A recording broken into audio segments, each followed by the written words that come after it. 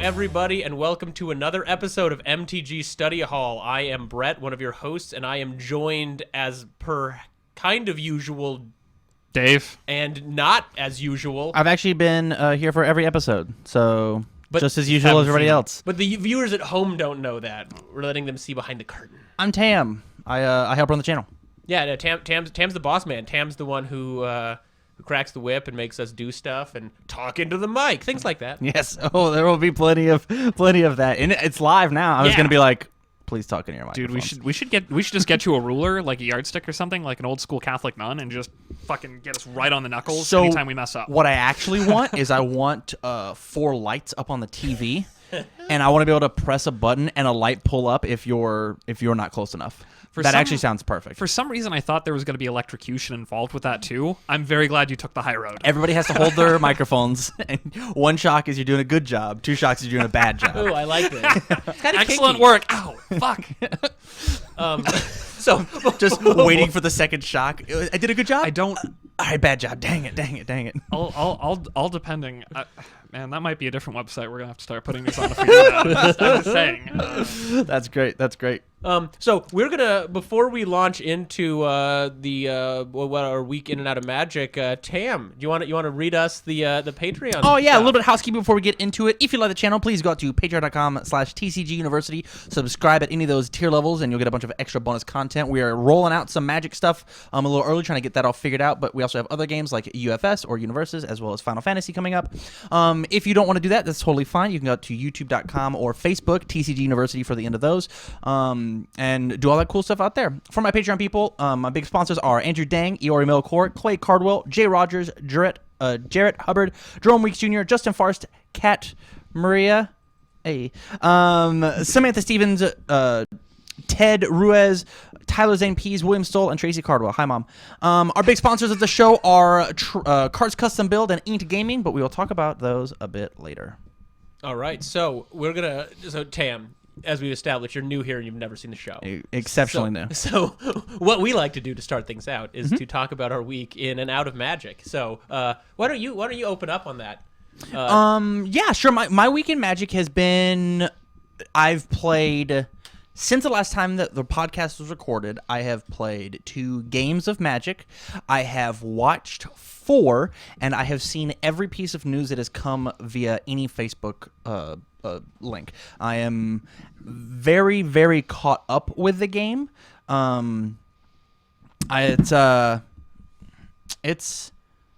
It's interesting seeing how fast things churn, especially coming from a slower card game.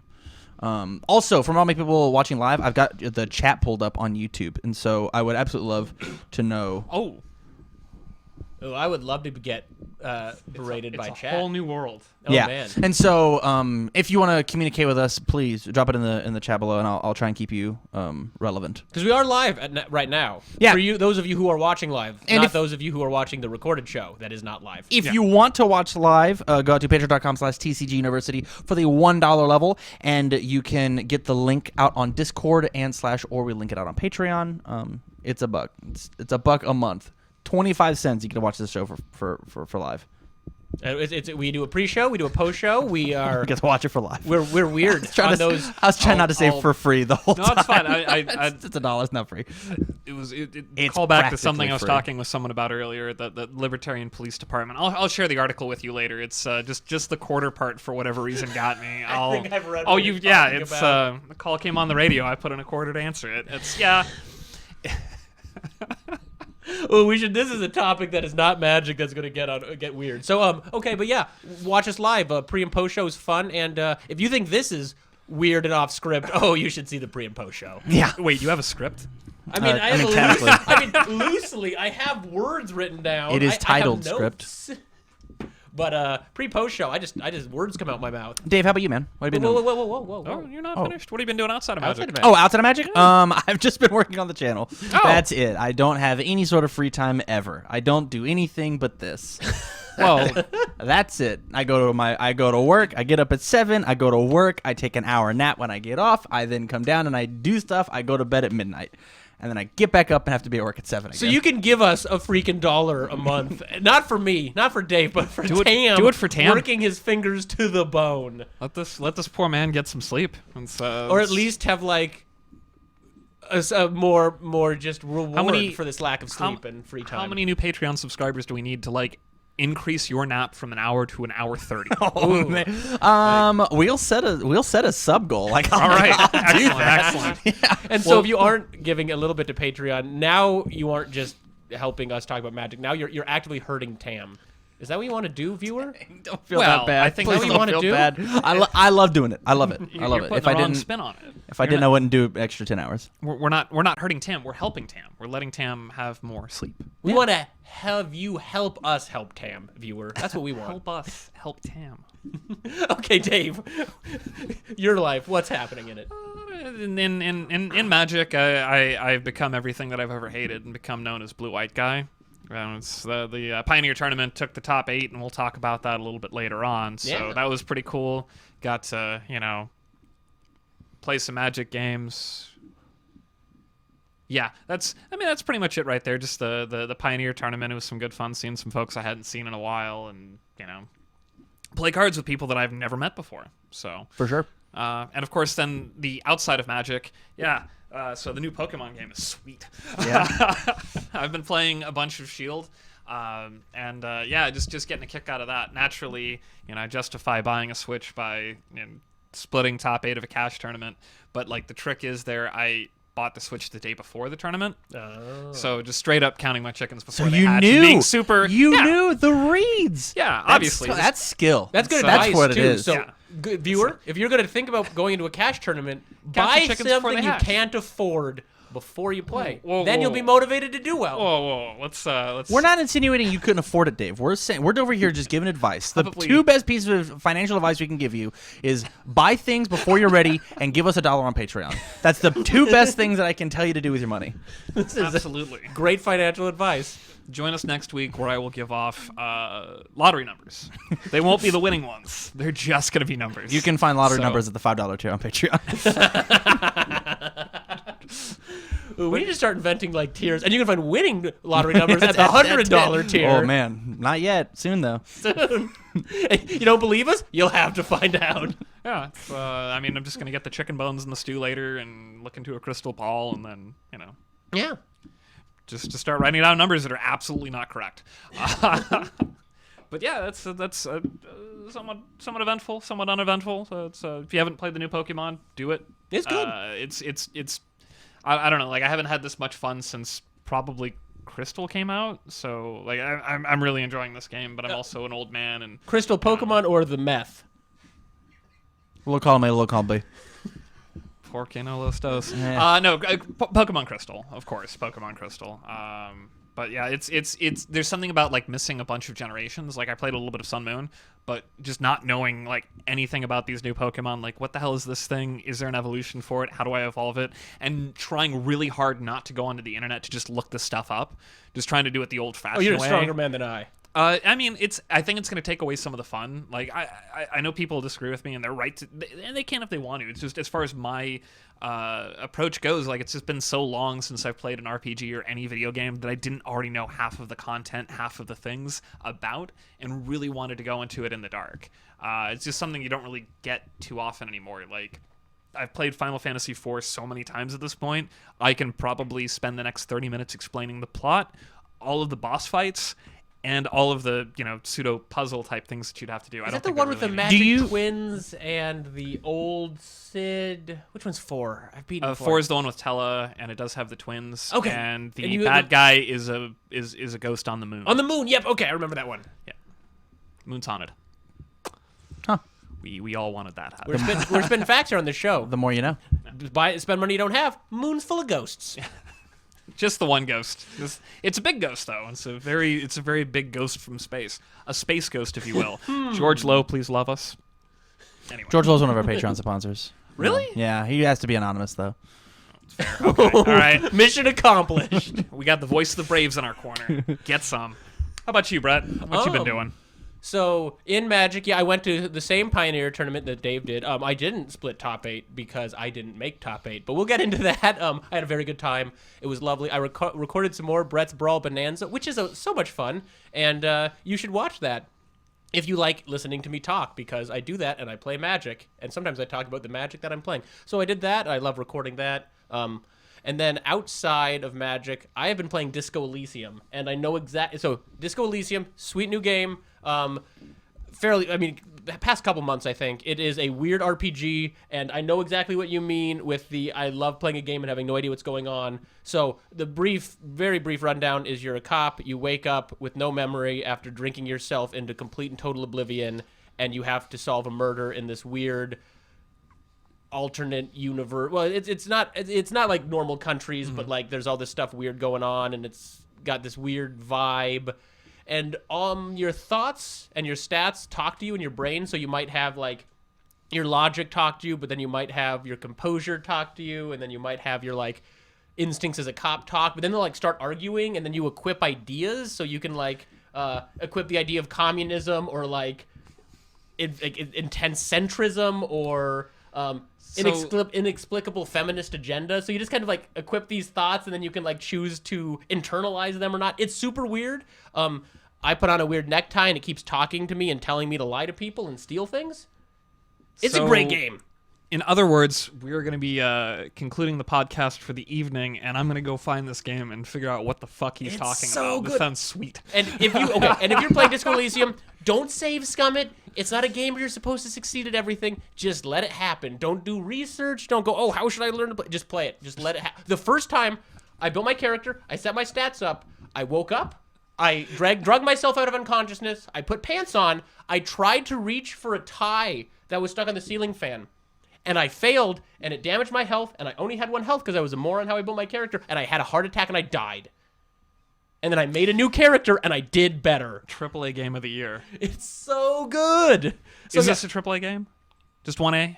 It might be a double A. B? It's not like a huge Double A? studio, but like it's really polished. I'm 7 hours in, and I'm like not close to the end. I don't think at all. I'm just running around. Like the clock's ticking down, and you got to figure out what you want to do. And it's a super awesome game. Everyone should play Disco Elysium. But we should probably start talking about like Magic: The Gathering. I agree. Okay, so we're gonna start talking about Magic, and we're gonna open up about this Pioneer tournament. So Krypton Comics here in Omaha had Big shout outs. Big shout outs to Krypton. Big shouts. Yeah, Shout outs. They are awesome at Krypton. We love them. If you're in Omaha, you should go to that shop because they're great people. So, did a Pioneer 1K, and Dave made it into top 8, and then the top 8 split. So before I'm going to do a tournament report because Dave, you said that none of your games were. Well, it's not so much that none of my games were interesting. It just more of not so much from the beaten path. Like the problem is I was playing blue white, and Because you're the blue white guy. yeah, I've become everything that I've ever hated. Right. I'm wearing, for those that can't see, I'm wearing a Rakdos shirt, and the back of my hoodie, that's right, it's the Rakdos signet. So I've become a traitor. But as far as this, as far as blue white goes, blue white can be kind of like watching paint dry. You get to a certain point of inevitability, and then you have to continue going through the motions for 10, 15 turns, or your opponent just concedes. Like, something can still happen. You can still lose.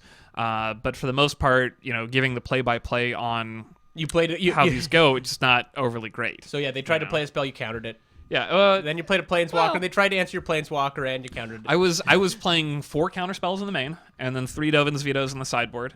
And just 3 Absorbs, 1 Syncopate.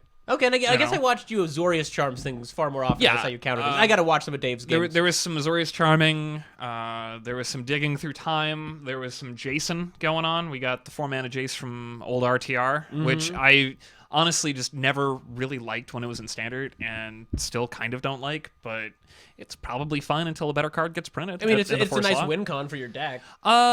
Technically, if they have a win con, certainly. I got to Ultimate exactly once and say, all right, cool. What's the Ultimate do? The Ultimate is a -8, and you search through your deck to find a spell, and you get to cast it for free, and then you get to do the same thing to their deck.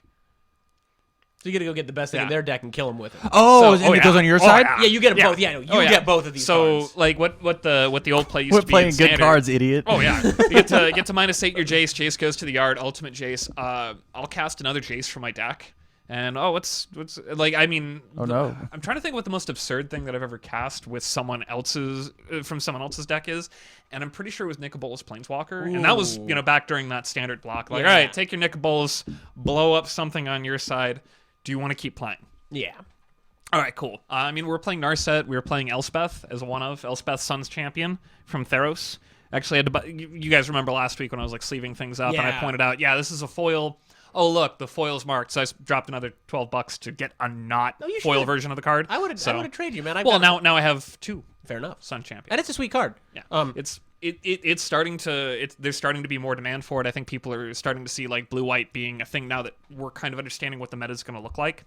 And the bans have kind of slowed down. I don't think they're done with bans by any stretch of the imagination. No. Yeah. But we're starting to have a better idea of what the control decks have to beat, what they have to be ready for. And it was nice that control decks actually did things this tournament because you didn't have to contend with Field of the Dead. Yeah.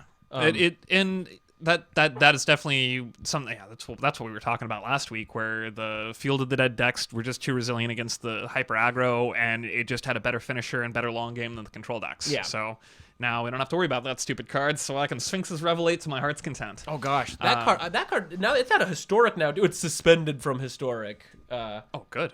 Yeah, no, it's like that's just yeah. The amount of cards they printed this year that are getting kicked out of formats is mind-boggling. Now, Tim, so I'm not sure if you've seen this card before, but Sphinx's Revelation is X white double blue.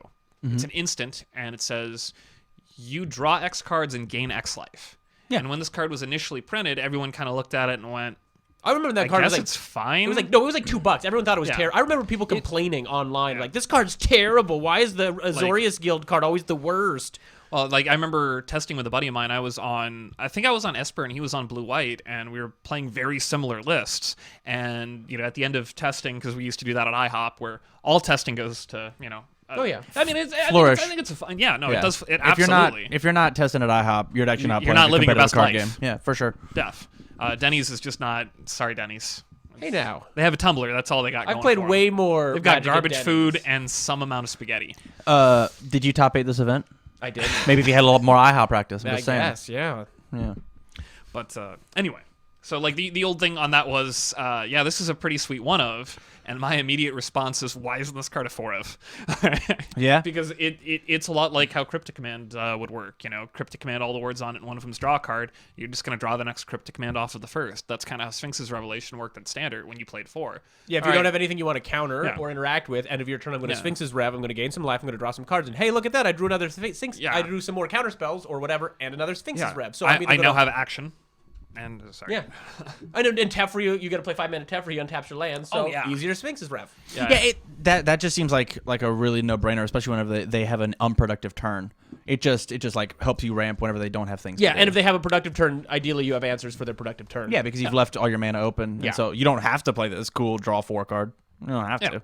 Oh yeah, and I think the best I've ever had for one of those, it was a really weird niche interaction with Rock's Faithbender back in Standard. Oh yeah. And so this is a dumb card. I don't remember the casting cost for it. You can pull up 4. Rocks, I think it's 4. RHOX. 4 sounds right. I think it's like 3. One in white and 3. I'm pretty certain. RHOX. How else would you spell rocks? Oh, Faithbenders. Who it's Yeah, there he is. All right, so this was that right? I'm blind. Yeah. Hell yeah. It's 4. Is it a Rhino? Yeah. I think a Rhino Man. It rocks. It's a Rhino Man? Yeah, it's a Rhino Man. Paul Rhino Man? Basically, Rhino yeah. Man. Should I know who Paul I don't. I'm just going anyway along with it. So weird interaction with this dude. When you have 2 in play, it looks like a Paul. It works the way that you think it shouldn't, because it's worded as if it were a replacement effect. If you were to gain life, gain double that life instead. So when you have 2 in play, logically it'd be like, well, that's a replacement effect. You can't use it twice. Oh no, you totally do. So you quadruple the life gained. So I Sphinx's Revelated for 4 and gained 16 life. Seems fine. It's pretty good. And made sure to call over the judge on that one. Like, Judge, please tell my opponent I'm not cheating. because this is how these cards work. All right, cool. Tell him I'm cheating. Who cares?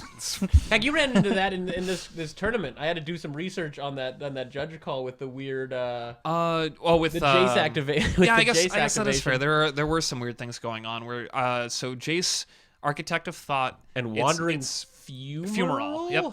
Wandering Fumarole is a land, and it has the ability to switch power and toughness. It's normally a 1/4 and can become a 4/1. So Jace, Architect of Thought, pluses so that whenever attacking creatures that attack you or planeswalkers you control get -1/-0. Not a trigger, just a state-based effect. All sorts of weird stuff going on with this. So is it not a trigger? It is not worded as a trigger. It's just a replacement effect, I believe, was what the judge was saying on that. Well, so what I did some research on this. What happens? I think the Jace thing is a trigger, but that's not what matters. What actually happened here? So what happened is this card was a 1/4. It was being affected by this -1/-0 Architect and Not Mind Sculptor. yeah.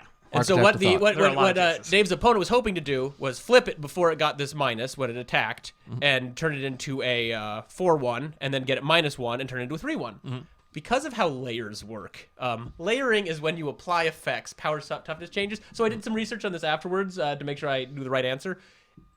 The last thing that ever happens in layering is the power toughness switch. So it doesn't matter that he tried to switch it earlier. If both of those effects are happening, it immediately dies. Because it gets that -1 Oh, that's amazing. last. So it switches, and then it goes after it's switched, it goes, now we apply this -1. We apply it to the power, then it switches, instant dead. Yeah, and in either instance, I think it was an ambitious attack just because I had active White Castles, which Yeah. I'm not going to dedicate the name of that stupid card to memory. I'm just going to call it White I Castle. love Castle White art, It is Castle. easily the best White Castle in existence. It will not give you diarrhea. Anyway. Well, there goes that White Castle sponsorship. Damn It's it. gone, dude. Any more Over. brands you want to talk shit on, Dave? Jack in the Box, if you're listening, please, I'm in, dude. please open a Jack in the Box in Omaha. I really miss Jack in the Box from when I lived in Texas. I will also- Whataburger would be dope too. I accept bribes in the form of fast food. Raisin Cane's looking at you. Raisin Cane. We do have those. Those are pretty good. This Those is a are Magic podcast. yeah. Talking about magic. Jokes amount? on you. Okay, for the record, most of the Magic podcasts that I have listened to, they will derail regularly about food. It's just generally not fast food chains, like actual factual restaurants. But neither here nor there. And that's why But- we're a great opportunity to sponsor fast food chains. Oh yeah, absolutely. Wendy's person who's in charge of Twitter, I don't know. Just saying. Anyway, So as far as all those went, I took exactly one loss in the Swiss. And that was to a guy that I've known for a couple of years, guy by the name of Robert Kopp. He was Big playing, shout-outs. Yeah, he was playing a very interesting deck that I kind of had an idea about because I'd messed around with it a bit on Magic Online and went, I'm not a fan of this. It's very light on win cons, etc., etc. And it's the Days Undoing Narset Notion Thief deck. So the TLDR of this is Days Undoing, 3-mana spell, blue, 2 colorless. Each player shuffles their hand and graveyard into their deck and draws 7 cards if you played this during your turn and the turn. So, you get to draw 7, you get to Time Twister, but then you can't do anything else that turn, you have to pass. this is a immediately. fixed version of like And this a is power a card. sorcery, not an instant. Yeah, so you can't play it on their turn, which if you Helpful. do is super sweet. Helpful. Well, also, doesn't it say if it's your turn and the turn? Yeah, so you can I give it believe flash. that might have been an errata. No, I think it's on there. It's on the screen. Okay. But yeah, I guess that makes sense. Because they didn't want it to. Because if you give it flash, then it becomes an absurd blowout. It's not like there's a 3-mana spell that's been overly oppressive in multiple formats that could give it flash. Yay, Teferi. Anyway, so that in and of itself, draw 7s. All right, that's cool, but they always get to use it first. Well, Narset and Notion Thief are the 2 reasons why this card is way better than it has any business being. Narset is a planeswalker with a static ability. Players can't draw more than one. Opponents can't draw more than 1 card in a turn. So you do your draw 7. You're going to draw 7. They're going to draw 1. So against your control opponent, you just wipe their hand away. If they do not have a counterspell, they're probably just dead. Yeah. Notion Thief is even more backbreaking. That's 1 black, 1 blue, 2 colorless, a 3/1 creature with flash. If an opponent were to draw a card outside of their draw step on their turn, you draw that card instead, and they do not draw a card. So, ideally what you end up doing to your opponent is you have an Ocean Thief in play, you Days Undoing, you draw 14 cards, they draw none. Well, they you lose pass their the turn. They lose their They hand. lose their They hand. shuffle their hand Yeah. in, have nothing in hand, and you have 14 cards. Oh yeah. Oh, You have to immediately move to discard. See, here's where I missed. They shuffle their hand in. I Yeah. missed that. I missed that part. I'm sorry. Yeah. about So, yeah, that. no, with That's Narset a very out- important thing to mention. It's the most important The part. best. Yeah. That's There's- why it's good. I was like, They, I mean, it's they get fine. everything, you get nothing. And in addition Reverse to that, what you said. they get everything, I get nothing. Yeah, okay, there you go. Yeah. Yeah. Well, I mean, I'm trying to be on the winning corner here because Okay. that deck's just stupid good. But the other thing is Geist Good enough. Reach Sanitarium. That's the last like oppressive card. Not really oppressive. That's not the word. But I like key pieces of this Geist. Gaia, isn't it Gaia Reach? Gaia Gaia Reach shoot. Sanitarium. Yeah, words are hard. I'm sorry. It's from one of the Innistrad It's sets. a made-up place. You get a pass. It's German-esque. Start with a G. Hold up, I had the tab open still. Oh, no, thank you. So the way that part works, once they have initiated the combo and they have the lock in place, what you get to do is you have the Sanitarium, and you activate the Sanitarium on their upkeep when they have no cards in hand. So each player draws a this card and then card's discards gross. a card. So if you have Narset in play, Yeah. and you force them to draw a card on their upkeep, and they have no cards in hand, they draw the card, immediately discard the card, move to their draw step. They've already drawn for the turn. They don't get to draw another card. You just lock them out of the game. Yeah. They have no cards in hand, and they can no yeah. longer draw cards. The game is officially over at that point, unless they have a Madness spell. Which, spoilers, no one's playing Madness cards. No one has any Madness. Madness cards. is a card that can be cast from the. It is an ability. Yes. If you discard a card with Madness, you can pay its Madness cost and cast it. That's hot. Yep. That's hot. So Look at that. Look at the hard counters. Look at that. I don't think that there are any Madness cards that'll break this up. How big's our sideboard? 15 cards. So it's like a slot in the two. burn spell. The burn spell. You Oh, can you can blast fiery them. temper them. You can fiery That's not- temper. You can not. You can fiery temper the Narset. Yeah, Yeah. that's And what if they I'm don't saying. have a counterspell, then Yeah. But They drew 14, so they probably do. They probably have a drown on the lock. Over here getting learned. Look at that. So, Well, so that was the capital T. That was the one deck Dave lost to. Then he rolled into top 8, and everyone just decided to split and not play and go home and take money. It's because we play Magic very well, so that we don't actually have to play Magic. The best part of in a Magic tournament is When you get to double draw into the top 8. Yeah. Which I didn't get to do. but you get to draw one of your games. The goal in a Magic tournament is to play as little Magic as possible. I think that's every card game, right? Yeah. Especially like. I don't know. I got opinions on it. Maybe but not Yu-Gi-Oh. but- that feels like that'd be a fun topic at some You're point. not allowed to ID in Intentional Yu-Gi-Oh. draw. Oh, Yeah. that. Ooh. There are all sorts of weird tournament rules. I would love with to talk Yu-Gi-Oh. about intentional drawing. There was several months ago. I'm not going to get into it now. Let's that's save that another for topic. another day. That's a That's- whole That sounds like an amazing post-show topic. Don't you agree? All right. Yeah, let's talk do about that. That was All right. okay. But yeah, so tell us about your experience. If you want to talk about, if you want to hear our thoughts on it, hit the post show. $1 on Patreon. Boom. And if you're watching this recorded and you say, "Oh no, my time is past, all is darkness," not to fear. They're all VODed, so they're all recorded, and you get to catch them later. So when you're on Patreon, after you've done that, you can go back and you can check out the old pre and post shows. Man, we're just killing this. We're killing this. This is gonna be it. I think we're gonna peak. We're gonna become millionaires post this episode, and we're gonna be able to leave this Immediately after this episode. And Yeah. never do this ever again. And never- It's yeah. over. sell out immediately and then retire. We get good at podcasting, so we need not podcast. Tell me Yeah. about your tournament experience. All right, I'm tired of hearing about this winner over here. Tell me about Good. Tell me about the lives and struggles of Brett. That's what I want to hear. I had a lovely time Yes? at this tournament. I went a 6-round tournament before the break. I went 3-3. I was out of contention for top 8 very early on, but I figured, hey, I spent some money on this deck. I want to get into this format. Let's see what it looks like. And one of my takeaways from this was the most positive takeaway was I didn't play the same deck twice. This format is nice. so diverse. How many players? We had 40 some. Okay, that's a decent turnout. I want to say it was That's all- exactly 41. I thought it was like 43. It can't be exactly I'll double 41 check and that 43. That's not what the word exactly That's means. not how math works. So Anywho, great turnout. I'm sure out of all of us there was some overlap on decks, but no, it was super diverse. And if you ask me what's the best deck in the format, I have no idea.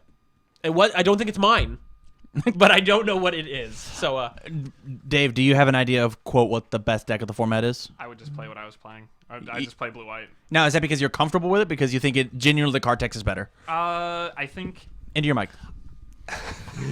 Got to get you that ruler. I think that I think that is the best deck, at least for me, because it feels like you don't inherently have bad matchups. You don't have unwinnable matchups, I guess I should say. Yeah, you can play out of everything. Yeah, like you're probably like somewhere in the 50 to 45, maybe 40% range to win in any given match. And if it's just a question of outplaying your opponent, maybe sometimes outdrawing your opponent, I would much rather have a deck where it feels like I'm never actually just straight up dead to a matchup than to play something that just absolutely decimates like a quarter of the field and then you're a dog to a third, or vice versa for that matter. For sure.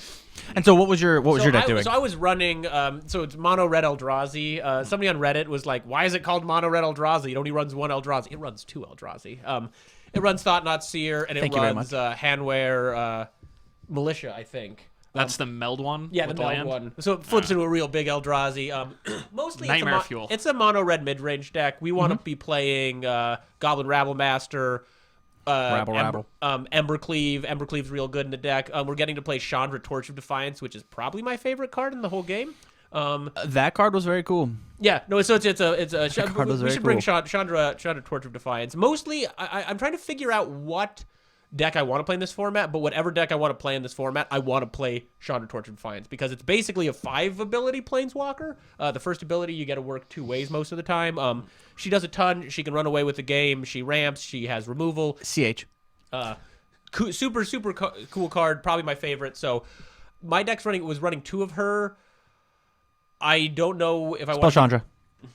Spell Chandra? Yeah. Chandra, comma, Torch, I think should get us there. That's a Blaze. That's a Blaze. That's a different Chandra. A much worse card, but Chandra's probably my favorite character in the game. If you watch my Brawl Bonanza, I've got a little Chandra and Nissa Funko Pop behind my desk. Hit the comma. Torch. There you go. So this is such That's a cool her. card. Her and Embercleave are probably the takeaways from my deck as the most impressive. Goblin Rabble Master, which very quickly he's a 2/2 for 3. He's a goblin. Beginning of combat, you make a 1/1 goblin with haste. Your goblins have to attack each turn, but then when he attacks, he gets +1/+0 for each attacking goblin you control, which is super awesome. So we just try Sounds like it gets real big. So yeah, we're just trying to play creatures that make extra creatures when they attack. Handwear Militia cranks out extra creatures, so we can play that early Embercleave, run him over, and then Thought Not Seer is a 4/4 for 4. And when he comes into play, you get to look at your opponent's hand and exile a card, and then when Thought Not Seer dies, they get a draw card. For sure. It's a pretty cool deck. And I guess one of my biggest takeaways, we'll get to that there. So we opened up, so it's a mono red mid-range deck. We opened up against Green-Black Delirium, which is a Green-Black mid-range deck that cares a lot about the graveyard, Scavenging Ooze, stuff like that, and I went 0-2. He slaughtered me. I came a little close. I'm trying to remember one of the games. I almost got in there. Yeah, there was a beautiful period where I got to attack with an Embercleave and a Thought Not Seer, which is a 5/5 double striker trample at that point. But his removal is super solid. It is hard to out mid-range a green-black deck with a mono-red deck. His tools seemed a lot better than me. He played really, really solidly. So that one didn't go great. So that point I was not out of the tournament, but it was not good. Losing one more game until maybe the final round was probably guaranteed out. So I actually took my next round. I went 2-0, and he was running Caleb Durward's Goblin deck. So it was just mono red goblins. We just call him Caleb D. Caleb D. Okay. Caleb D. So yeah, he showed me his list. It looked really cool. It was just a super aggressive list. Part of my mono red list is I'm just packing a ton of removal, so I just blasted all the little goblins, and then I started playing 4/4s for 4 that he couldn't interact with. Anytime I was playing, I feel like my deck would have been great against a lot of creature decks, a lot of removal, and then my creatures and cards get a lot of value, and so that was not a difficult one. That's a matchup that was pretty hard to lose. Then the next round, I was playing Jeskai Ascendancy combo, which I didn't know I was playing Jeskai Ascendancy combo game 1 because all he did was play cantrips and then I killed him. Did you catch the name of who it was that was playing? No, I didn't. I'm so bad with Okay. names. I didn't want to just like tell a bunch of people who don't know me tell all their names on the Gotcha. podcast. So I didn't jot No, anybody's name down. I think that's what Steve Perigo was on. I hadn't seen Steve for a while. No, that sounds like something that he'd be playing. I'm pretty and sure. I'm certain very it was Steve. excited I think whenever I played see Steve. one of his lists. I'm pretty certain that was Steve. So okay. game 1, he played a lot of cantrips and drew a bunch of cards, and nothing happened, and I turned cards sideways and won, and I felt very good about myself. And then he annihilated me round 2 and 3, got the combo off. Real scary. You just keep playing cards and drawing cards. Jeskai Ascendancy says whenever you cast a non-creature spell, draw a card and discard a card and untap all your creatures, and they get +1/+1/+1. And basically, the point of this deck is to play mana creatures and turn your lands into creatures. And so whenever you play a spell, everything untaps and everything gets bigger, and then you kill me in one turn. So both games he won, he took me like from 20 to dead. Wow. In one turn. So, and this was another problem with my deck. It's not super fast. So if I'm playing a combo deck and I am not able to get the Thought-Knot Seers to take out the combo pieces, I'm going to lose. Wow. So that was, at that point, I was done with the tournament. The odds of getting in from 1 and 2 on round 3, I think it's technically possible, but we are right in that bubble. Yeah. Someone at X and 2 is going to make their way in, but it does not look good if you took your losses late. Yeah. And at least there's one individual that I know that was X and 2 and got that 9th spot, and that because if you're losing late, feels worse. If you're than just losing late, dropping. your opponent match win percentage is likely going to be higher than if you lose early. So there's scenarios. At this point, I figured, hey, I want to see how Dave does. I want to get some more practice with my deck, so we pushed forward. You're there to play the game. Yeah. Let's play. I paid $30 to get in, so I figured let's figure out Get your money's worth. Yeah, get my money's worth. So I played red green beatdown, which I did very well against. I 2-0'd there. Any fair creature deck, I really like mono red Eldrazi. It has a lot of removal, and then my creatures are generally scarier than my opponent's creatures. If you want to play Llanowar Elves and Arbor Elves, I have the removal to kill them. And then I'm going to stick a Chandra, I'm going to stick a Thought-Knot Seer, I'm going to do something to you that you aren't going to bounce back from, and I'm going to win. So if you are in a meta where you are playing a lot of aggro and a lot of creature decks, I think mono red Eldrazi is a cool deck to be playing. Round 5, I went against Sultai Dredge, which isn't a combo deck in the way that the Jeskai Ascendancy is, but I didn't have great graveyard hate in my sideboard. I suppose if I put it in games I went 0-2, so for my one sideboard game, I didn't draw it. If I had, I might have been able to pull it off. Yeah, I mean, as far as graveyard hate goes for mono red, I think you're pretty much just stuck with Tormod's Crypt. I was running the 1-mana cage that things can't. Oh, Grafdigger's Cage. I was running Grafdigger's Cage, which, I mean, I pulled it out and I talked to him. He's like, I was asking, like, what's your opinion on this afterwards? And that's something I'd recommend to people if you are playing in a format you don't know very well, like I was, and your opponent seems cool. Talk to him after the game. Show them your sideboard choices. Ask them what they would do in your place, and that's a really good. We're going to kind of get onto that more in the next topic, but don't be afraid to talk to your opponent about sideboard choices, particularly if you lose, because generally people are in a better mood. If you cream them, maybe don't bring it up if they seem mad, but if they we were both playing bad. I was actually thinking about something along those lines too, where I realized that normally when my opponent asks, "Hey, what did you think about X play or this? You know, when I did this, do you think that was right based on the known information?" After they crush me, like if I'm kind of feeling a bit bent out of shape about losing, and someone asks me, "Well, what's your opinion about this? Do you think this was right?"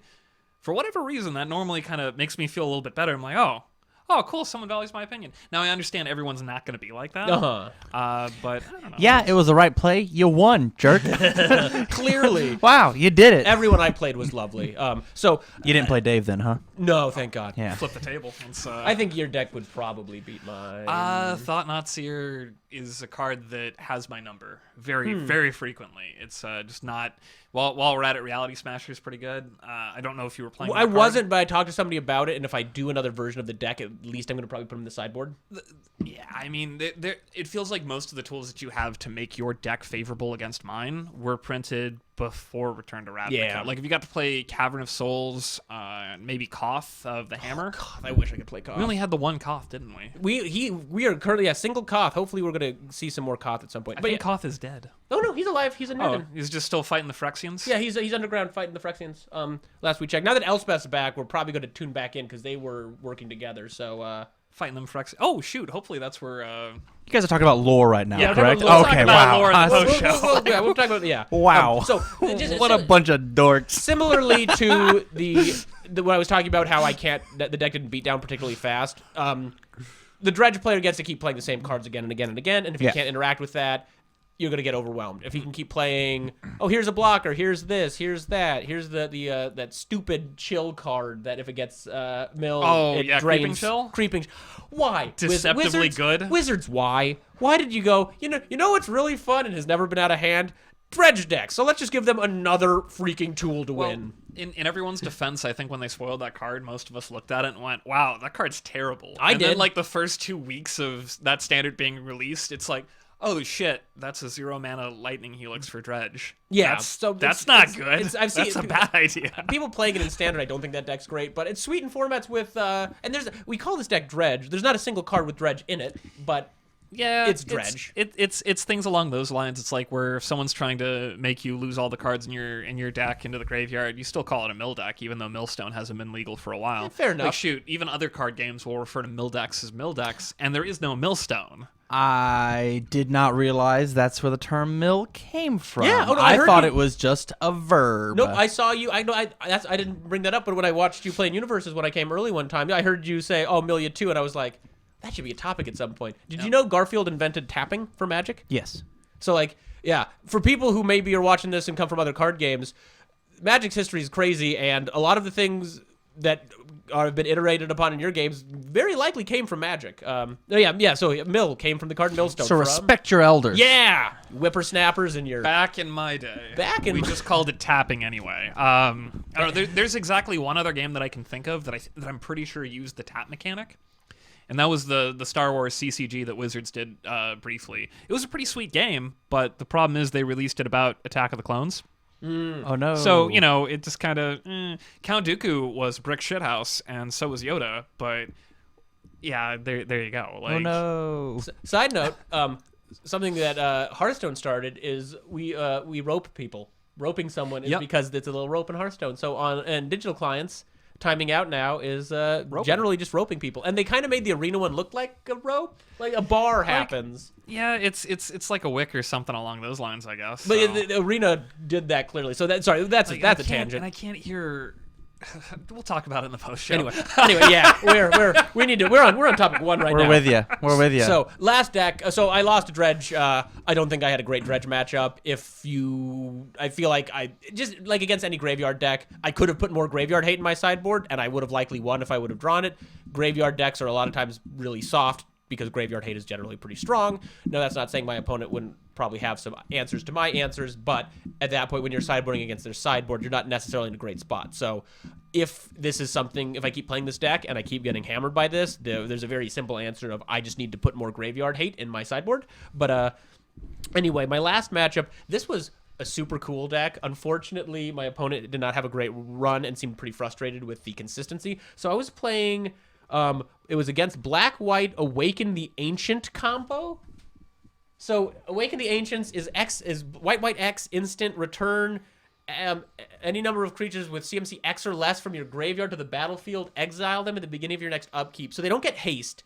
And then he was running several of the, like, I can't think of what they are, but there's like several cards that are really cheap that whenever a creature you control dies, your opponent loses one and you gain one. Like Blood Artist. Blood Artist isn't legal in this format. But he was running like 8 Blood Artists. There was some stupid card that was printed in Battle for Zendikar. Fuck, There's an ally that does it, and then there's one other. And then there's another card, I think from Battle for Zendikar. No, it's from Khans because that is Morph. But it's a 3/2 for 3 that whenever another creature you control dies, draw a card. So the whole purpose of the deck, and then every other creature in the deck was an artifact creature with X that when you played it, it died. And so you would try to get that 3-mana guy out and then just play creatures that would die as soon as they hit the board to keep drawing your deck. And then you would get to 5 mana and Awaken the Ancients and reanimate everything. And so I went 2-1 against him. And yeah, I don't think the deck, from at least the version I saw, probably isn't consistent enough. He didn't seem to be having a particularly consistent tournament. But he drained me for 18 and drew 16 cards when it worked. So when it worked, it was super cool. When it didn't work, I boarded it in more like creature exile, and he wasn't able to get there, and I just mid-ranged him out. But it was a really unique deck, and it was a cool deck to play at the end. The spice. Yeah. Real spicy. It was one of those, it's fun when people start playing cards, and since this format's so new to me, I didn't know what I was coming up against, so it's when I was playing Jeskai Ascendancy, it's like, you're doing things, you're cantripping, and then, okay, there's the Jeskai Ascendancy. I kind of have an idea what's going to happen, but I didn't know how the combo worked, so it was a really good tournament. I'm very glad I went. I have a better handle on the format now, but I am a brand new baby to Pioneer, so I need a lot more practice. You can play Pioneer on Arena, correct? No, not yet. Okay. You can play it on Magic Online. And locally, apparently, I think Krypton does. Most places F&Ms. have started replacing their standard F&Ms with Pioneer just because of player demand. A combination of people still having a sour taste from Oko and Pioneer being this new exciting thing that people want to try out. Oko's still legal in standard? No, he's Oko gone. is not. Oko is He finally is legal in gone. Pioneer for now. for now. And I think another reality, and this is probably its own topic fun. before we transition, is I think standard's not happening that much because people are just playing standard on Arena. Possible. I know most of the places that I've talked to locally were just saying, yeah, people just aren't feeling standard around here. Let's play Pioneer instead. What's one thing you learned from the event? One thing you learned as a player, whether it be about your deck or about you as a player. What'd you learn? We can come back to you. Anything, Brett? I got answers. I always got answers. I learned two things. One is I'm really proud of how I've progressed as a player. I think I played fine. I made a few mistakes, but 3-3 is respectable. three or 4 years ago, I would have been mad. I would have been upset. I might have gotten a headache. My day would have probably been ruined. Heck, I would be upset if I got knocked out of a pre-release tournament. I would always do my best to be a good sport, but I would be bothered by it. And now I was kind of bummed when I lost out of the tournament, but I didn't really feel that mad. I was like, it wasn't like, oh, I wasted $30. It's like, I got to play 6 rounds of Magic. I got to hang out with Dave. We got to make a mad dash from Starbucks back to the tournament because that barista took forever. Everyone in the city of Omaha had a coffee before me. Fair is fair. Oh my gosh. I'm just saying, I was definitely frustrated, but how much of that's just the fact that I've been in a perpetual Nick fit since April, Yeah. But so personally, that was just a nice realization of I don't get bothered by that stuff. Even at a tournament where I spent money and I wasn't going to walk away with any additional product, I was able to enjoy my afternoon, which I think is something that people should definitely strive for. Obviously, a drive to win is great and it's going to help push you, but at the end of the day, it's a card game, and if you are ending every tournament you go to feeling upset and mad, maybe try to reframe it, maybe look at how you're playing. So that was nice. And also, I think I learned a lot about the format, and I think I know the directions I want to go. I like playing red, but I think with how varied this field is, I need to be fast. I can't live in this mid-range world right now with how the metagame is. So if I'm going to keep playing mono red, I'm going to be playing some kind of aggro deck, ideally something with Eidolons of the Great Revel. So if people just want to turn through 30 cantrips or 30 cards, I'm going to kill you. So I actually picked up at the tournament enough Eidolons of the Great Revel to finish my playset. So whatever I'm playing, hopefully there'll be Chandras in it, but there'll definitely be 4 Eidolons of the Great Revel, because that card is nuts. It's a 2/2 for 2 that whenever anyone casts a spell, converted mana cost 3 or less, they take 2 damage. That card's insane? It's very good. What? I'm sorry, what? That's good. That card's nuts. It's very good. The card is very solid. It's a very good sideboard card. The problems that you have with it are that its effect is symmetrical. So it's going to do the same thing to you when you're playing it. Yeah, sure. And if you're playing it, you're probably playing more Eidolons. So additional additional Eidolons are going to start dealing you damage. But if you're aggressive and they have less life than you, it's obviously If I'm at better. 1 and you're dead, I still won the game. So that's kind of where I'm at from the tournament. So I feel like I don't matter learned a till it lot. hits 0. It does still die to Supreme Verdict. It As does. do many things. As do many things. Can't be countered. Dave, what did you learn? I should do more cardio. Now that you reminded me of our brisk jog from the Starbucks to we jogged to the Krypton. We jogged for a while, and Dave just said, "I'll take a game loss," and we walked. Yeah, and there was a certain point I'm like, "Fuck this! I'll take a game loss. I'm not jogging. I'm not. No, this is dumb." So I did quit. Like I said, I quit smoking in April, and Congratulations. Thank you. It's oh man, it messes with your head. I can go on for hours about all the fun things that happen to your body. Post show. But yeah, we'll do that post show. But the bottom line is, despite the fact that I can breathe better now and I can smell better, my heart does not function better. And well, it inherently does, but not well enough that I can just have a sustained jog from the Starbucks to the Krypton without huffing and puffing for the next hour. On a related note, what does asthma feel like? Probably a little bit like that. Like that. Okay. Yeah, I that'd be got my there. guess. That's- I run 3 miles a day, 4 days a week. So. Wow, must be rough. Or 2.5, actually, somewhere in there. Jesus Christ. Pardon I me. should start doing that. Okay. No But wonder that's- you're so yoked. I know, right? I can't. I'm not yoked, but my calves. Post show. We'll show those off in the post show. Yeah, can we just start like replacing all those cards with you shirtless? Like But it's really- like it's a cover of a Conan comic. The problem is Just like a shirtless sword isn't that just chilling there. impressive. I don't do any upper body, but so like we could do like I don't want to say pantless, But we could do like As the person making the thumbnails, this is what's happening. We could now. do some just short like shorts. put his face on like a kangaroo wearing short shorts. Hell yeah. Fucking jack legs, tiny arms. Painting quite the picture for the viewers at home. I'm down. I'm not that down. vain, but my calves are pretty nice. The serious answer is probably I should take some of this stuff a little bit less serious. Like there were a couple of times where I was kind of catching myself where I started feeling frustrated about things that I really shouldn't be feeling frustrated about. Such as? Give me an example. Like, being down a game, like I felt a bit frustrated. It's like the thing on this is it is 100% irrational to blame your opponent for winning a game because the entire purpose of both of you being there are winning a game. I love it. So it is completely irrational. I don't think that I've blatantly just started ripping into somebody for beating me in a game or just been a complete poor sport, but I've definitely gotten salty before where it was very obvious that I'm not happy about losing. And that's something that I definitely need to work on. It probably wasn't quite as bad this tournament, but since I quit smoking, I noticed that I just have a much shorter fuse on everything, and that's something that I absolutely need to work on. Not necessarily within Magic, but more as just a human being. But that kind of spills into Magic, and it's probably something that all of us can work on, because obviously no one likes losing a game. And Magic can actually be a really good way to practice that skill too, because in normal life, winning and losing isn't necessarily so cut and dried. So if you can, when you take a loss in Magic, kind of start adapting techniques to calm yourself down, then if something goes wrong in real life and it's maybe not so obvious, it was like, hey, I'm starting to feel like I feel in this situation in the game. What are the things I can do? And then you can start going through options to maybe calm yourself down. And there's nothing wrong with feeling bad about it. The most you can, the main thing to ask is just be a good sport. And I watched you. I think I watched you lose your round that you did, and you seem like a fun sport. I was a bit. Obviously, I was upset about losing. I'm not going to be upset at Robert for beating me, because we had played earlier that night at Ground Zero, just a quick, pseudo-friendly game, because I hadn't played that matchup, and it didn't look overly great for me, and it wasn't great. Big shout-outs. And I think that's a good way to look. I think that's actually a really healthy mindset to come from, that you can be frustrated with that you lost, but it's not about your opponent. It's a personal thing. I remember there was someone that pointed that out after like me taking a bit of a break and then coming back to it, and he just crushed me in a game, and I'm like, wow, have I gotten bad at this game? And he just kind of looked at me dead in the eyes and said, well, maybe I just got good at this game. Like, oh shit. Wow. That was kind of a dickish thing for me to say. That's a good point. Yeah, maybe I shouldn't look at it that way. Maybe you just became the blue-black control player I always knew you could. It's something. But yeah, I think we've been recording this podcast for an hour. Oh, did we do an hour at topic 1? We're at an hour 20.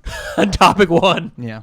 I think we might need to just jump to Brawlidays. Yeah, I'm fine with that. Yeah, Okay, we so got plenty of shit we can talk about. The next in post. topic, yeah. Big shout outs to our sponsors, though. Card Custom Build.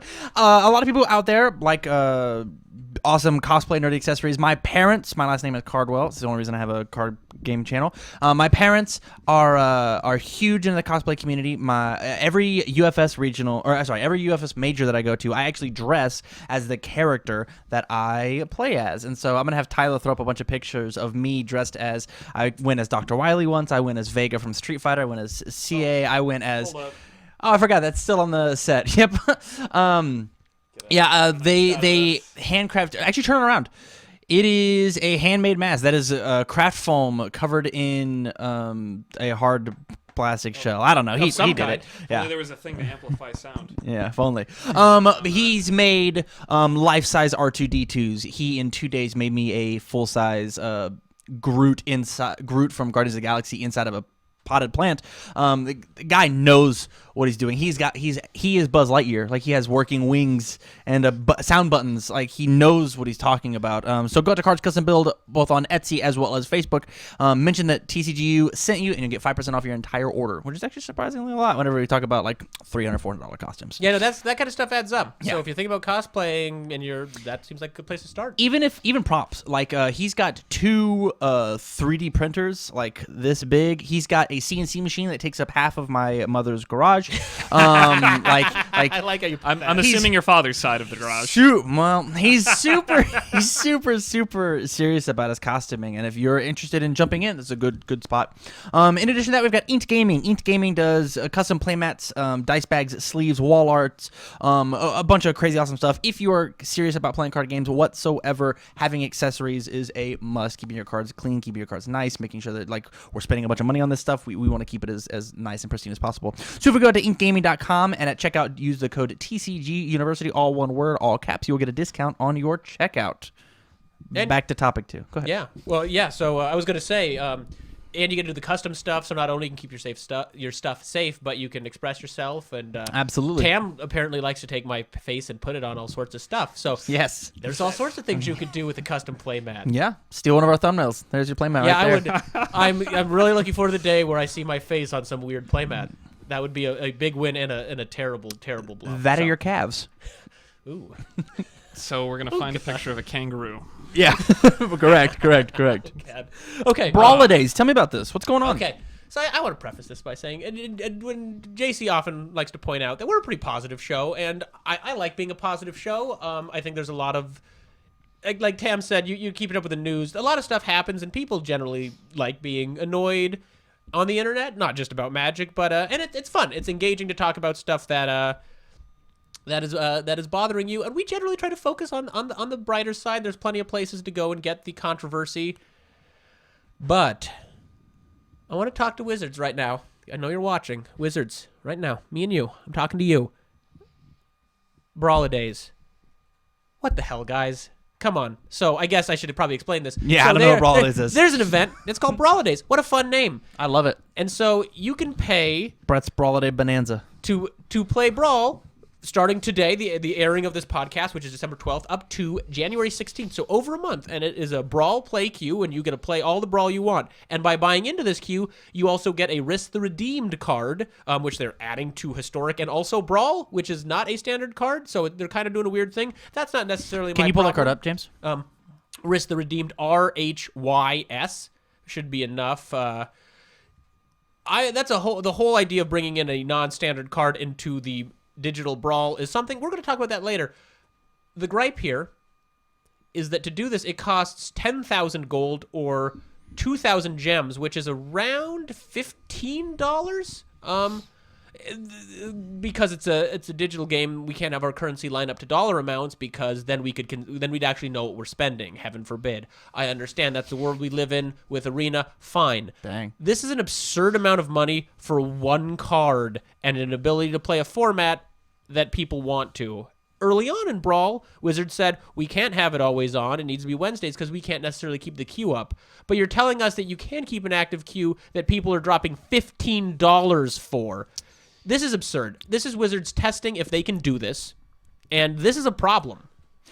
When you say keep the queue up, what does that mean? So they've said that Brawl is not always available because there wouldn't be enough people playing it, and so they couldn't matchmake effectively. Okay. So that's why we can only play Brawl every Wednesday, because they have to concentrate the Brawl players onto a single day. This spits in the face of that. Now, this is like, I've read plenty about this.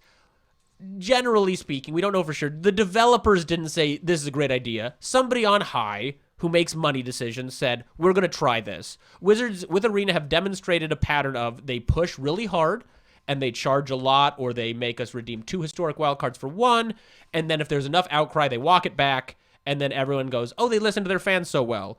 This is them seeing what they can get away with. This is them seeing, hey, we want everyone playing Standard because it gets us the most money.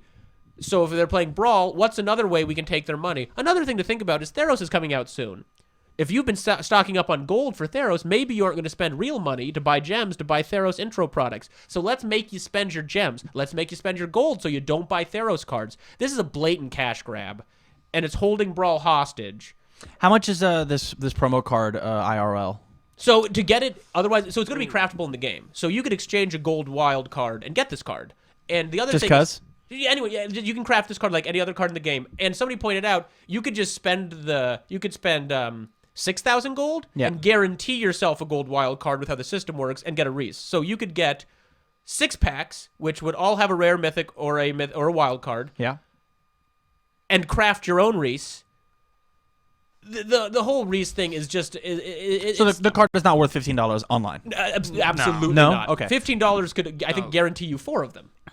That sounds about right. Because you could buy enough packs that you'd get 4 gold wild cards just for paying $15, and then you'd have a bunch of other cards you could keep using. They are charging us to pay with the cards we already have. Would you feel different if the prize support, and we'll call it that because I don't have a better word, the prize support for Brawlidays was better? Absolutely. They've done plenty of events where you buy in for an amount of gold or gems, and then it keeps the queue open, and then they'll be like 5 wins gets you 5 card styles. If this was cheaper, or if it had like 20, 30, if they made like basically a tiny mastery pass, if you really want to run us out of our gold, you could have said, Brawlidays, it's a special event, it's its own little mastery pass. Every 3rd win up to 36 wins gets you stuff, and you have over a month to do it, so come on and play Brawl. That's not what this is. This is them saying, what's the least we can give you to take your money away?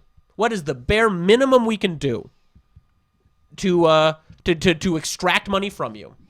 And like, this is my favorite format, and I hate to see Brawl being held hostage with this. There's a lot of people saying we should boycott this, which I don't disagree with. I'm considering buying this solely for 2 reasons. One, I record Brawl content, and it would really free up my week if I could record that instead of having to plan my Wednesdays around it. But that's such a unique situation though, because you are a content creator. Yeah, so that's so unique. And I also want to be I want to be able to tell you guys what it's like. What this queue is like. Yeah. If they're saying, "Oh no," initially they say, "Oh no, we can't support this queue," and then they say, "Oh no, pay us this exorbitant fee and we'll have a queue for you to play." So I want to tell people what wait times are like. So I am not going to encourage any of you to do this. If I decide to pull the trigger on this, I am doing it so I can come back and I can tell you things. And maybe I'll be able to come back and report the queue is great and the games are great, and at least there's that. So if you pay for this, you can guarantee Brawl. But the best case scenario, the best thing I can come back and say is, wow, this lets me play the format that I want to be playing whenever I want. Why can't we do this all the time, Wizards? So there's a thing about like paying. If you give something away for free, there's no value to it. Mm-hmm. What would be a good price point for this to be? So they're trying to guarantee queues in order to make sure that you have a good time, because sitting there in your lobby waiting for a game is not fun. But if you are making somebody pay X amount of dollars in order to guarantee they want to play the game with you, for sure. So normally the other events that are similar to this will cost 1,000 gold or 2,000 gold, or maybe like a couple hundred gems. I'm trying to think back. Much more reasonable prices, fractions of this price. This is the most they've ever had us pay for an event. And like sometimes there'll be like high risk, high reward tournaments. So like there's a historic one coming out where it's like a lot of money to buy in. I can't think of how much it is, but it's a similar price structure, but it's win 8 or lose 3 times, but if you win, you get 40 packs. So like if you want to say, hey, I want to go into this tournament. That one I think is a metagame challenge. That lets you have 1 loss. But so they're doing a play on that. With this. They announced this on this last announcement. So like if you want to say, I have no issue with, here's a competitive tournament, there's a huge reward, your odds aren't necessarily great of winning that much. You got to know what you're doing or get lucky. But this is, hey, come play some casual stuff. We're giving you we're barely giving you anything, and we're extracting your gold. And so the other question people are asking, which is good, is like, oh, so how much is Pioneer going to cost me to play? Yeah. How much is it going to cost me to play with these cards that I've paid for, that I put money or effort in to get? No, I am mad about this. I understand Wizards is the company. I understand you have to make money. This feels like a blatant cash grab. This doesn't seem like something that's like, oh, you're giving me a product I enjoy and I am giving my money to you for my time. This feels like you're holding my favorite format hostage, and I either have to boycott this out of principle, or I've got to bite the bullet and do this. And then they say, oh, look how many people did this. This is a good idea, team. And they keep doing this. And they do it again for Pioneer. And they do it again whenever they add something neat and cool into the game. And it pisses me off. Is it possible that it's not making enough money on Brawl? Is that a thing that could be happening? Well, so the situation with Brawl and how it rotates is Brawl is a nice little extra thing to supplement standard. They want us playing standard, and so they're like, well, you can't do multiplayer, and Commander's not a thing on Arena, but Commander's probably the most popular format that gets played, at least format that is like an organized format. So the question is, Brawl doesn't need to like rake in a certain amount of money. It's a supplementary thing that can support, like, hey, here's a reason to get more new standard cards. So the fear, I think, is not that Brawl isn't making enough. It's that, is Brawl taking away our standard money?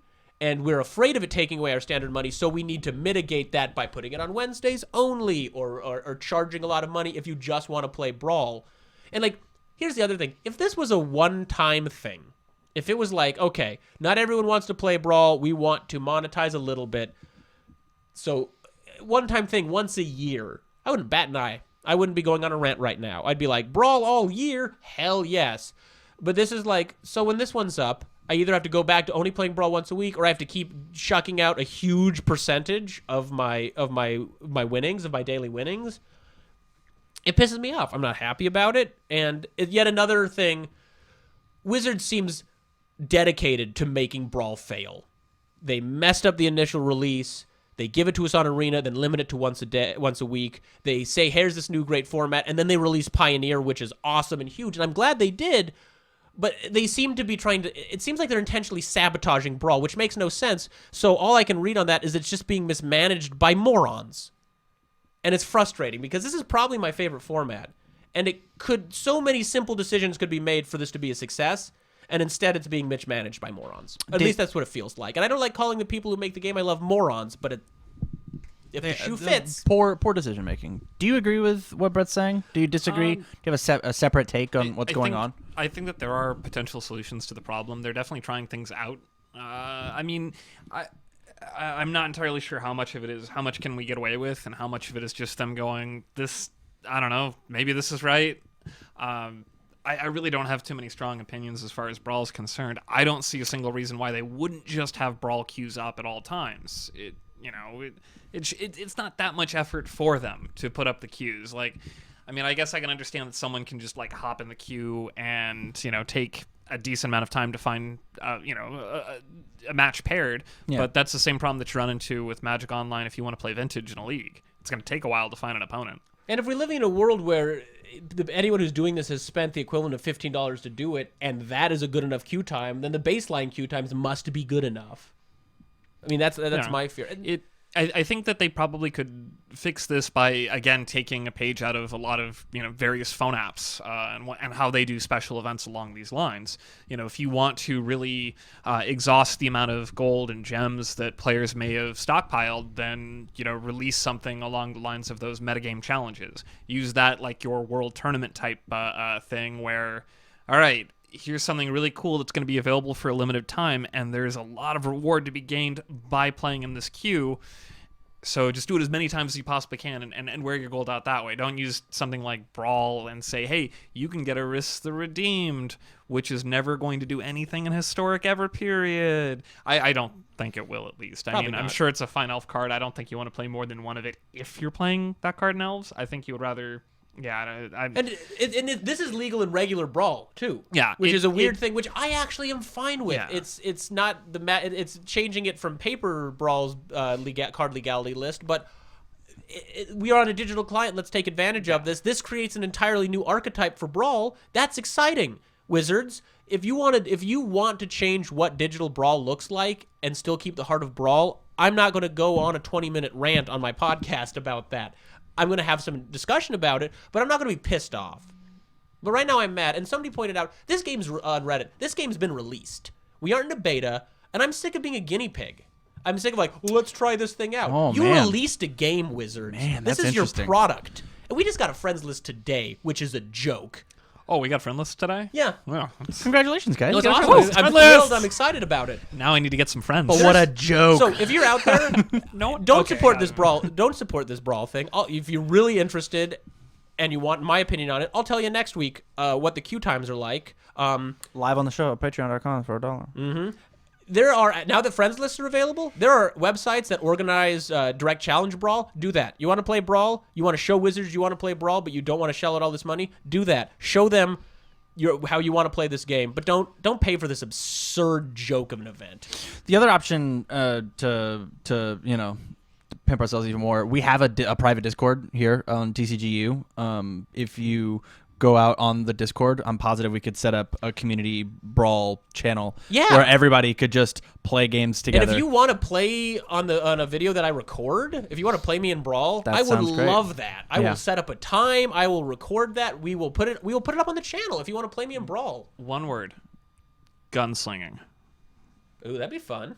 Put out some kind of hit list on me. You want to challenge? Well, me? yeah, it's join the Discord server, challenge Brett, and Let's talk about this off air. I don't know what that is, and so we'll figure it out. Okay. Yeah. Okay. This is something I want to do later on in the future for sure, and like get like a real system going. But like I would absolutely love that. So, like if there's an issue with people playing Brawl, then let's make a community in order to have more people play Brawl. That just seems like. Yeah. Why spend $15 when we have friends lists? Like, There you go. We should just do that. We should probably wrap up. We've gone long on this one. We're going to keep talking the post show. So those of you who are live or want to catch this, again, that Patreon, you just need $1 a month, and you can get all. If you think this was a rant, wait till the post show. What are you talking about the post show? Did you write it down? Well, it's a mystery. We're not good. I'm not even We gonna said it in the middle of the show. a few times, yeah. Well, we've said like it 30 kind of feels things. like that running joke in home movies where they keep saying we'll fix it in We'll post, fix it in but post, they don't yeah. actually fix it For in post sure. at We'll all. talk about it in post. So, does anyone have any final? I realized I kind of talked a lot there on the subject. Does anyone have any final thoughts on this, or final thoughts we want to talk about before we close up? For I guess the main show. like the biggest things about the Brawlidays is as a customer, I want to feel like I am taking advantage of the company as opposed to them taking advantage of me. If ever I feel like I am not taking advantage of them, then their product was not worth it. And so if $15, could you imagine if instead of this you got like every time the three matches sound great. Like we just had this crazy big release of hidden secret secret lair, is that what it's called? Yeah. Could you imagine if that was like actually $15 on Brawl and you get all of this secret lair cards? That'd be awesome. Something along those lines. Oh, here you go. You get one of each. Here's one for free, Wizard. So Here you it can is, get, Wizards. You can get any card with a specialty like a frame, and normally you have to spend gems or gold to get those. But Yeah, you can for sure. basically pimp your deck out. If every 5 wins in this got you a random legendary creature that's legal in Brawl's specialty skin, that would be something. It would cost you very little. I don't probably spend a ton of money on those, but if there's just any reason to keep playing or any reward structure that I could at least go, that's nice, because I like the way you said there. I want to feel like I'm taking advantage of the company, even if they're just tricking me. Yeah. If I at least feel like, oh my gosh, guys, I played so much Brawl, I got 20 of these. This is awesome. Those Then suckers! I can't believe I gave them so much money and I got so much stuff. Yeah, then I'm happy. But How Wizards, I'm dare not they. happy right now. This is not my happy face. You'll see the happy face on the thumbnail. Post show. We'll do it in No, post. the name of the episode is like, oh, Brett seems a little upset about this Brawl scenario. Let's tune in. Brett's pissed off, but that didn't have alliteration. That didn't start with a B at all. Yeah.